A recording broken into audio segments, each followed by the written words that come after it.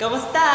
Isang mapagpalang araw sa ating lahat at welcome back sa ating online Sunday School na may mga temang crossover labels.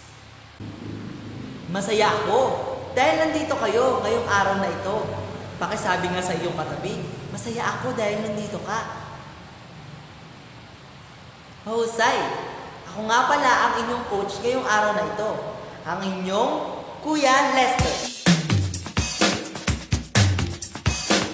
Unang lahat, gusto ko kayong batiin dahil naipanalo ninyo ang ating Game 1. Nantanggapin ninyo si Jesus sa inyong mga puso. Congratulations!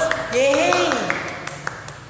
Kayo ngayon ay nakapag-crossover na mula sa kamatayan patungo sa buhay. Ngunit alam ninyo, hindi lang dyan natatapos ang ating game. Dahil marami pa tayong game na dapat mapagnalunan. Ngayon, haharap tayo sa ating game 2. Excited na ba kayo? Ako din, excited na! Pero bago ang lahat, tandaan na kailangan simulan natin ito sa pagpupuri sa ating Panginoon. Kaya, tayo tumayo at magpuri sa ating Panginoon. Let's go!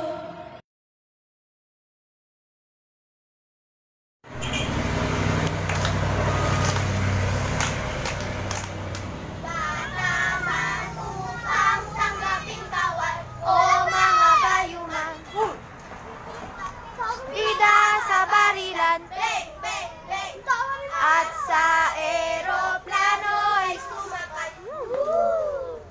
Kami kawanin ng Diyos, yes sir. Pataman upang tanggaping kawan, o mga bayuman. Bida sa barilan, bang, bang, bang. At sa eroplano ay sumakay. Kami kawal din ng Diyos. Kami kawal din ng Diyos. Kami kawal din ng Diyos. Yes, sir! Ako'y kawal ni Jesus. Lumalaban kay taning. Hindi natatakot. Kahit ako'y kunin. Apakan mo siya. Durugin mo siya. At kembutan mo pa. Huwag titigilan, magpakailanman. Ako'y kawal ni Jesus. Lumalabang kay tanim. Hindi natatakot. Kahit ako'y kunin. Apakan mo siya, durugin mo siya, at kembutan mo pa. Huwag titigilan, magpakailanman. Apakan mo siya, durugin mo siya, at kembutan mo pa. Huwag titigilan, huwag titigilan, huwag titigilan, magpakailanman. Inaanyayahan ko pong lahat na tayo ay tumayo at tayo darako na sa ating pangbungad na panalangin. Nakatayo na ba kayo? Very good. Manitili lang tayo nakatayo para sa ating panalangin. Paano ulit manalangin? Nakatiklop ang mga kamay, nakayuko, nakapikit, at taimtim na nananalangin. Sabayan nga ninyo ako, paano ulit manalangin? Nakatiklop ang mga kamay, nakayuko, nakapikit, at taimtim na nananalangin. Ama naming Diyos na makapangyarihan sa lahat, nagpapasalamat po kami dahil ibinigay mo po sa amin ang araw na ito upang makapag-aral ng iyong salita. Hinihingi po namin, Ama, ang iyong pagsama at paggabay sa bawat isa. Buksan mo po ang aming mga puso at ang aming mga isip para sa iyong salita. Bigyan mo po kami ng sapat na talino at pangunawa upang maintindihan namin ng lubusan ang iyong mga mensahe ngayong araw. Maraming salamat po. Ito po ang aming panalangin sa pangalan ng iyong anak na si Jesus. Amen. Palakpakan natin ang Panginoon.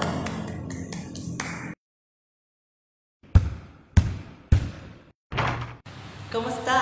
Nag-e-ensayo ako para mas maging handa ako. Handaan, sa kahit anong ginagawa natin, mahalaga na pinaghahandaan natin ito para nakahanda tayong humarap sa kahit anumang hamon na ating kaharapin.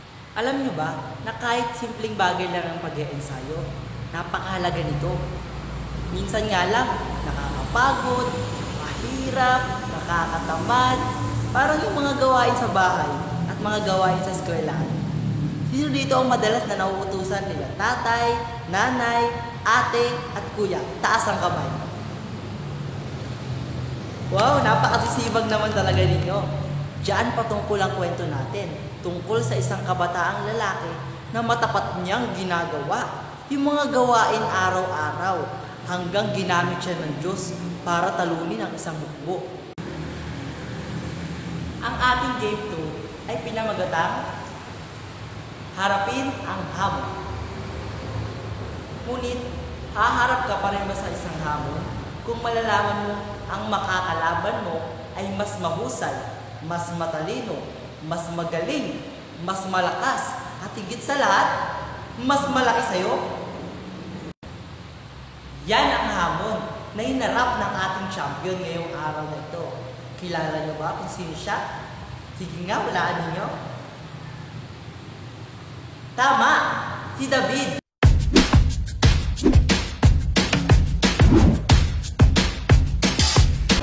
Mababasa natin ang pagharap niya sa hamon na ito sa unang Samuel, Kabanata 17.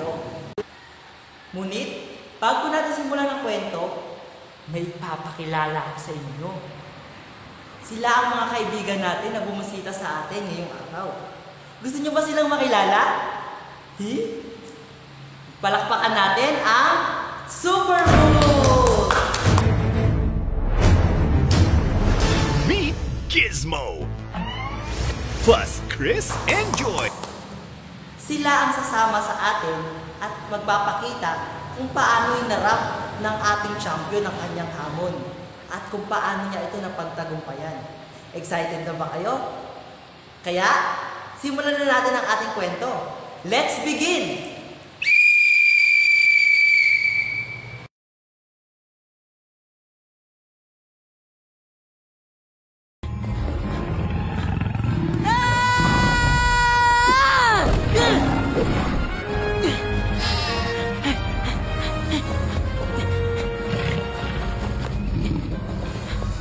Akong bahala sa'yo, munting tupa.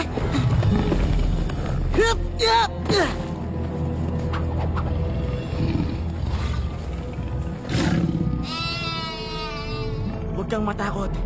Bago kanya malapitan, ako munang makakalaban niya.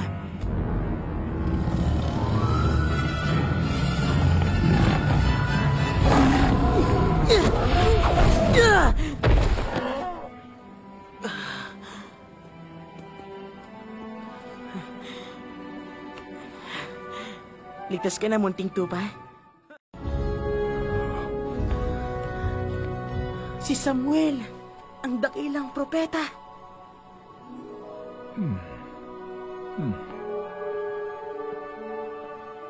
Sigurado ako na hindi siya ang hinahanap mo. Isa lang siyang bata. Pagbastad mo ulit itong panganay kong anak, si Eliab.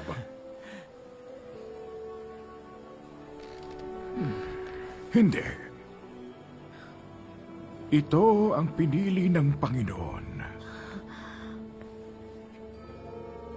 David, ikaw ang pinili na balang araw ay magiging hari ng Israel.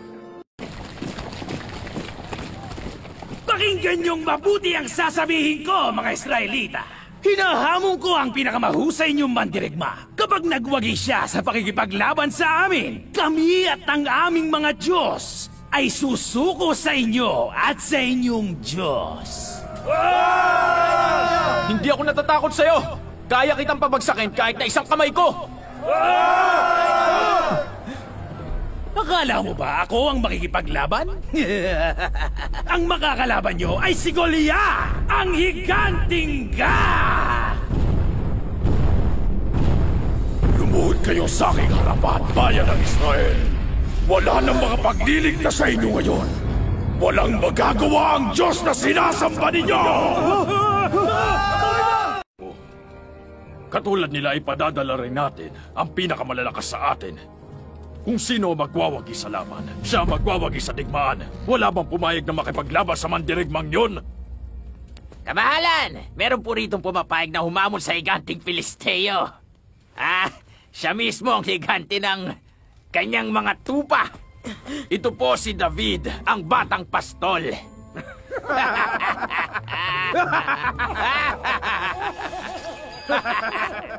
Hindi ito ang panahon para sa lokohan. Paalisin ang batang yan. Kamahalan, hindi po ako natatakot sa kahit sinong Filisteo. Anong magagawa ng isang batang tulad mo? Anong hindi magagawa ng isang batang tulad ko kung kasama niya ang Diyos?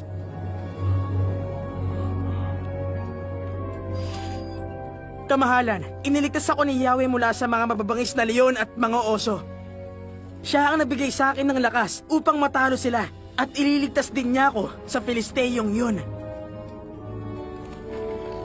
Mag-isa kang lalaban? Hindi po. Kasama ko ang Diyos.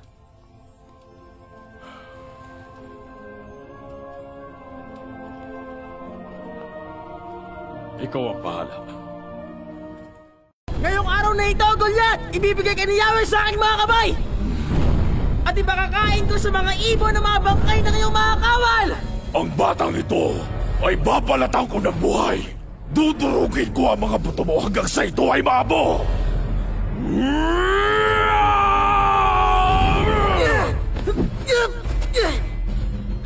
Tumayo ka ng tuwid upang mapatay na kita! Hindi! Ang labang ito ay sa Panginoon! Hindi mo ako matatalo!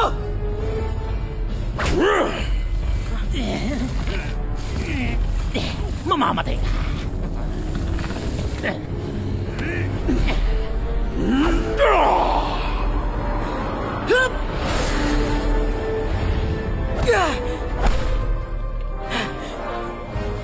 Ang dala mo'y tabak at sibat, ngunit lalabanan kita sa pangalan ni Yahweh, ang makapangyarihang Diyos ng Israel ang iyong hinahabak! Mahina ang Diyos mo!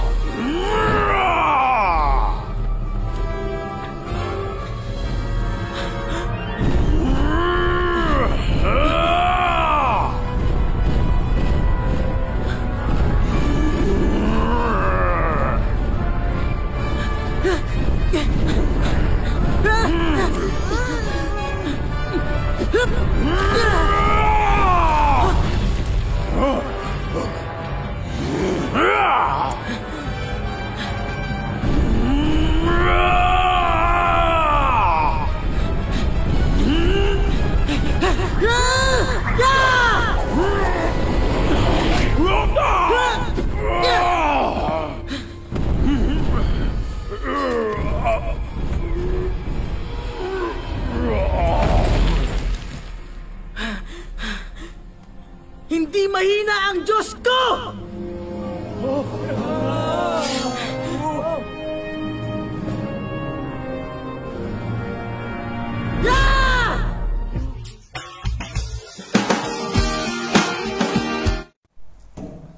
Purihin ang ating Panginoon. Hello sa inyo mga bata.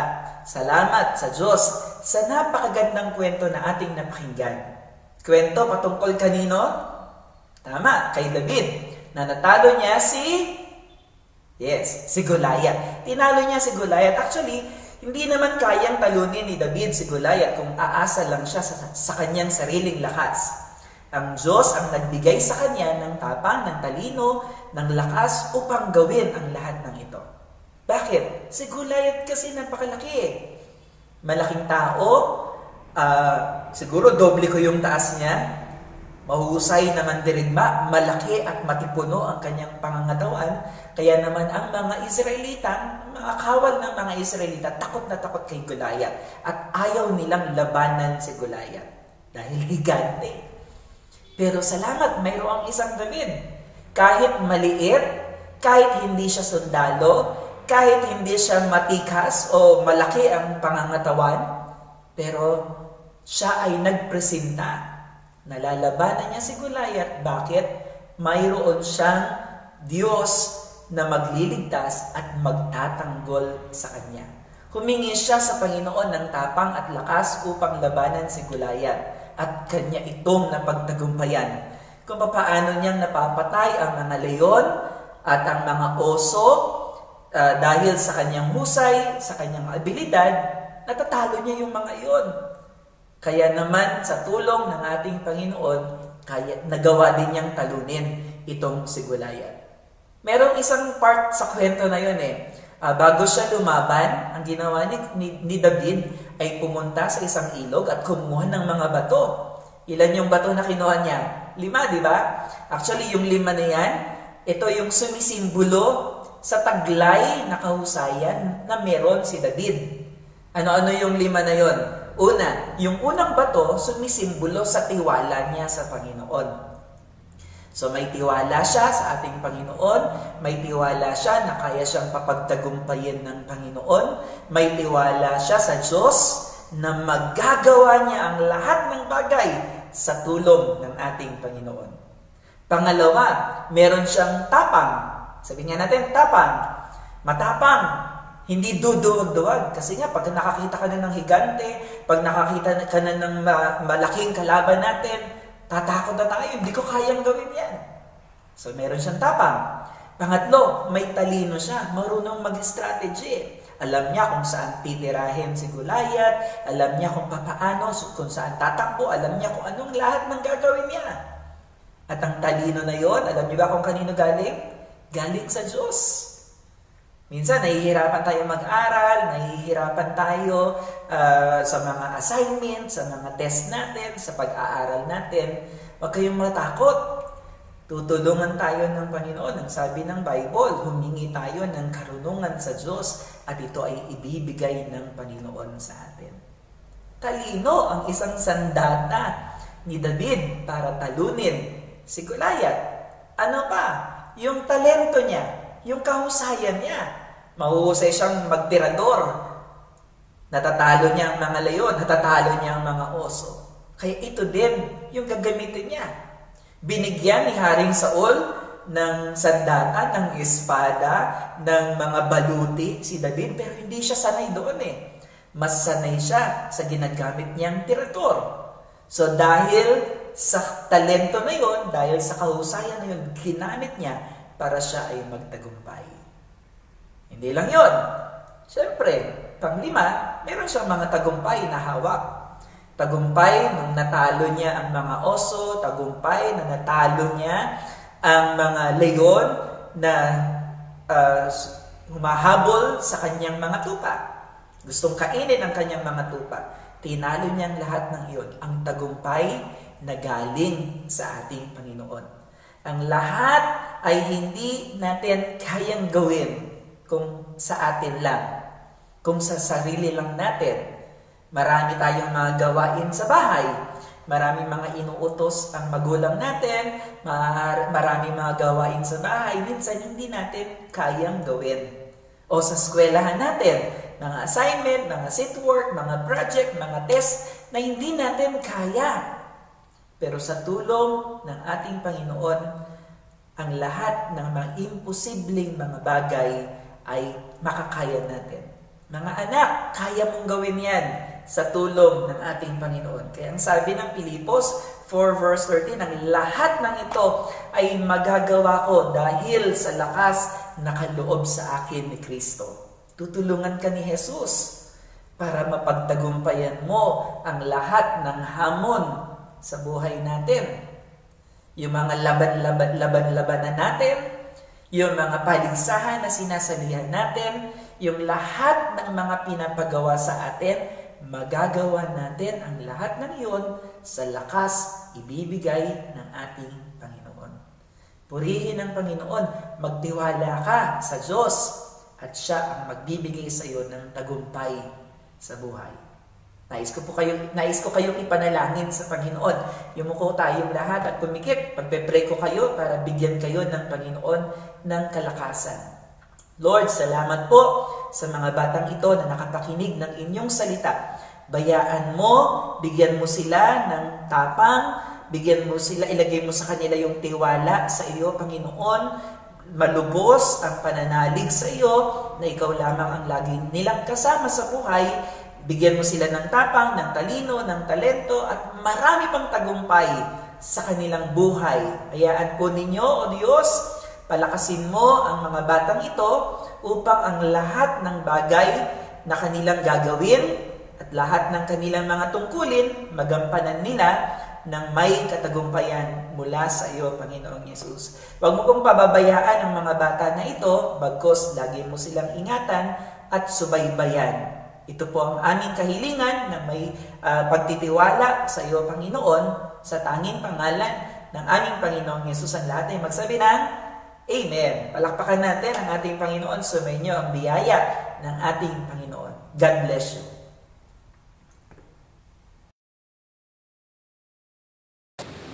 Para sa ating memory verse, ito ay galing sa Pilipos 4:13. Ang lahat ng ito'y magagawa ko sa lakas na kaloob sa akin ni Kristo. Pilipos 4:13. Pwede ba kayo ay tumayo at sabayan niyo ako sa pagre-recite ng ating memory verse?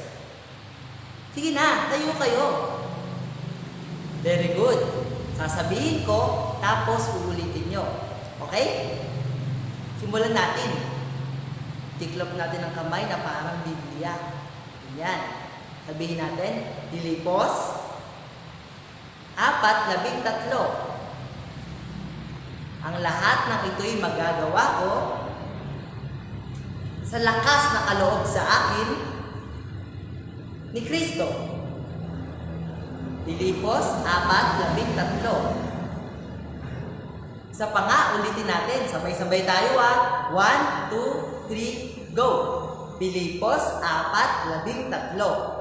Ang lahat ng ito'y magagawa ko sa lakas na kaloob sa akin ni Kristo.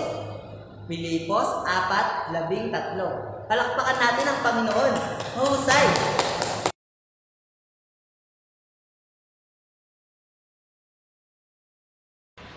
Kamusta? Oras na ngayon para sa ating activity. Sa activity natin ngayon, kailangan natin ihanda. Una, ang ating mga katawan. Pangalawa, ang mga damit na susuotin natin. Kailangan nating maghanda ng maluwag na damit o jersey para maging komportable tayo sa paggalaw. At magsuot din tayo ng mga maluluwag na shirt o jogging pants para makagalaw tayo ng maayos. At kung maaari, magsuot din tayo ng mga rubber shoes. Bakit? Kasi tayo ngayon ay magwa-warm up at mag-stretching.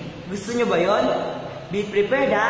Ang pag-warm up at pag-stretching ay mahalaga, lalo na sa lahat ng sports. Tulad ng sports natin sa VBS, crossover ay basketball.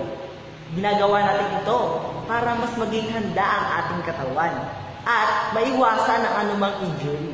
Handa na ba kayo? Let's go! Tara na! Kamusta? Handa na ba kayo para sa ating warm up? Ako rin, handa na. Pero bago ang lahat, tandaan, maaari tayong magpatulong. Kaya nanay, tatay, ate, at kuya para sa ating warm up na ito. At tandaan, hindi natin kaya gawin, huwag natin pilitin. Okay? Para sa ating warm up, pwede bang tumayo ang lahat? At simulan na natin. Kung meron kayo mga katabi na mga kasama ninyo sa bahay, pwede kayong mag-arm side work para hindi kayo magkatapakan. At tumahanap din tayo ng lugar na medyo maluwag kung saan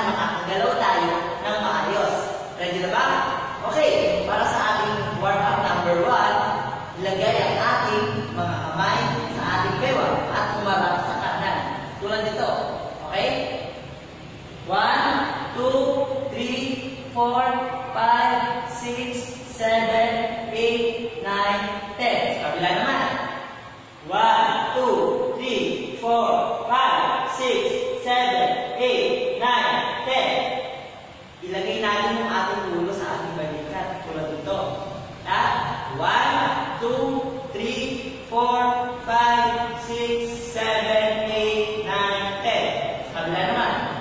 1, 2, 3, 4, 5, 6, 7, 8, 9, 10. Pataas naman. 1, 2, 3, 4, 5, 6, 7, 8, 9, 10. Pababa.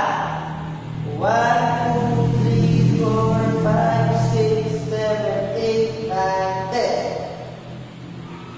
Ilagay natin ang ating kamay sa ating lewa. At igalaw natin ang ating balikat paharap tulad ng ganito. Okay? 1, 2, 3, 4, 5, 6, 7, 8, 9, 10. Patalikod naman. 1, 2, 3, 4, 5, 6, 7, 8, 9, 10. Ang sideward, tuwid ang ating kamay. Yan. At paikunin itong paharap. 1, 2, 3, 4, 5, 6, 7, 8, 9, 10. Palikod. 1, 2, 3, 4, 5, 6, 7, 8, 9, 10. Ilagay ang ating dalawang kamay sa ibabaw ng ating balikat at paikunin ulit paharap. 1, 2, 3, 4, 5, 6, 7, 8, 9, 10. Talikod. 1, 2, 3, 4, 5, 6, 7, 8, 9, 10. Next naman, lagay natin ang ating dalawang kamay sa ating bewang. At ibuhan natin ang ating mga paa. At ihilig natin ang ating katawan patungo sa kanan. Okay? 1, 2, 3, go! 1, 2, 3, 4, 5, 6, 7, 8, 9, 10. Iwa naman. 1, 2, 3, 4, 5, 6, 7, 8, 9, 10. Paharap. 1, 2, 3, 4, 5, 6, 7, 8, 9, 10. Patalikod. 1, 2, 3, 4, 5, 6, 7, 8, 9, 10. Pagkatapos, subukan natin ang ating dalawang paa patungo niyan. At gamit ang ating dalawang kamay, naabutin natin ang ating paa sa kanan. Nang hindi binabaloktot ang ating mga sipon. Okay? 1, 2, 3, go! 1, 2, 3, 4, 5, 6, 7, 8, 9, 10. Kaliwang paa naman. 1, 2, 3, 4, 5, 6, 7, 8, 9, 10. Pagkatapos, aabutin natin yung sahig na nakaganito ang ating mga kamay. Okay? 1, 2, 3, go! 1, 2, 3, 4, 5, 6, 7, 8, 9, 10. Pagsarado natin yung ating dalawang paa. Aabutin natin ulit ang ating paa nang hindi bumabaloktot ang ating mga tuhod. Ready? And go! 1, 2, 3, 4, 5, 6, 7, 8, 9, 10. Ilagay natin yung ating kamay sa ating dalawang ulit. Tapos, ay ituro natin sa harap ang ating paa at taikutin natin papunta sa kanan. Ready? Go! 1, 2, 3, 4, 5, 6, 7, 8, 9, 10. Punta naman sa kaliwa. 1, 2, 3, 4, 5, 6, 7, 8, 9, 10. Kaliwang paa naman. Taas natin. And then, punta sa kanan. 1, 2, 3, 4, 5, 6, 7, 8, 9, 10. Kaliwa. 1, 2, 3, 4, 5, 6, 7, 8, 9, 10. Tapos hawakan natin yung ating tuhod at tuwid ang ating katawan. Tapos didikit natin sa ating dibdib. Okay? 1, 2, 3, go! 1, 2, 3, 4, 5, 6, 7, 8, 9, 10. Tapos atake natin ito ng pagganito. Tuwid. And then, tuwid ang ating katawan. 1, 2, 3, 4, 5, 6, 7, 8, 9, 10. Kaliwang tuhod naman. Tapos natin. 1, 1, 2, 3, 4, 5, 6, 7, 8, 9, 10. Talikod. 1, 2, 3, 4, 5, 6, 7, 8, 9, 10. Pagkatapos, labanin natin ang ating kanang paa. Bawal ang level natin ganyan. Tapos, tuwid lang natin ang ating kaliwang paa dito. Okay? Hawak sa bewa. 1, 2, 3, go! Bend! 1, 2, 3, 4, 5, 6, 7, 8, 9, 10. Kaliwang paa naman ang ating level. 1, 2, 3, go! 1, 2, 3, 4, 5, 6, 7, 8, 9, 10. Tapos, jumping jack. Yan. Bubuka natin yung pagtalo natin. Nakabuka ang paa. Tapos, nakakalangkas sa taas. Ganito. Sarado ang paa. Talon. Okay? 10 beses. 1, 2, 3, go! 1, 2, 3, 4, 5, 6, 7, 8, 9, 10. Tapos, jogging please. Hindi jogging tayo. Hindi umakalis sa pwesto. Ready, get set, go! 1, 2, 3, 4, 5, 6, 7, 8, 9, 10. Hawak sa bewang. Bante ang paa. Inhale. Exhale. Inhale. Exhale. Inhale. Exhale. Congratulations! Nakapag-warm up, nakapag-stretch ka na, ready na na sa pagpapapon at laban. Okay?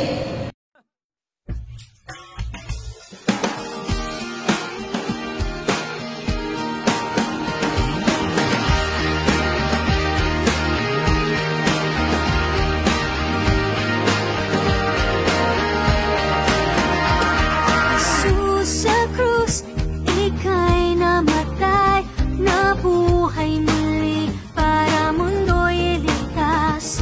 Kasalanan ko ay patawarin mo, maging Panginoon, kaibigan ko.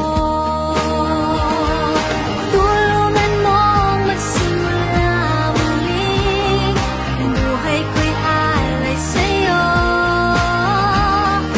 Tulungan mong magsimula muli, ang buhay ko'y alay sa'yo.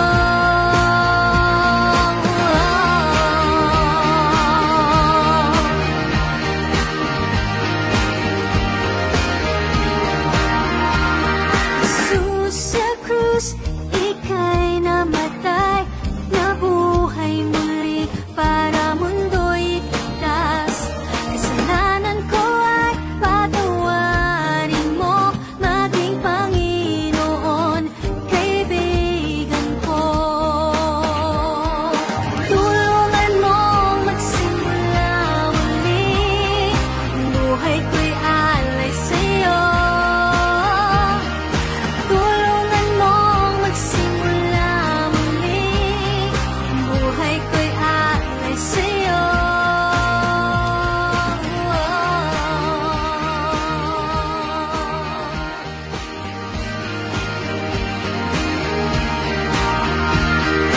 Tulungan mong magsimula muli. Nawa ay nag-enjoy kayo sa ating kwento at higit sa lahat, natuto. Tandaan, para maging malapit tayo sa ating Panginoon katulad ni David, ugaliin natin ang pagbabasa ng Biblia at ang pananalangin. Yung ating memory verse, tatandaan nyo palagi yan ha. Pwede bang lahat ay tumayo at tayo darako na sa ating pangwakas na panalangin? Paano ulit manalangin? Nakatiklop ang mga kamay, nakayuko, nakapikit at taimtim na nanalangin. Ama naming Diyos, salamat po dahil ginabayan mo kami at pinatnubayan ngayong araw na ito. Salamat po sa talino at sa karunungan na ipinagkaloob mo sa bawat isa. Dalangin po namin, tutulungan mo po kami na maging malapit sa iyo sa bawat araw. Ito po ang aming panalangin sa pangalan ni Jesus. Amen. Yay! Palakpakan natin ang ating Panginoon. Paano ba yan? Hanggang dito na lang tayo ngayong araw. Masaya kami at nakasama namin kayo. Susunod na linggo na lang ulit. Kasi all, paalam! Tulungan mong magsimula muli. Buhay ko'y alay sa'yo.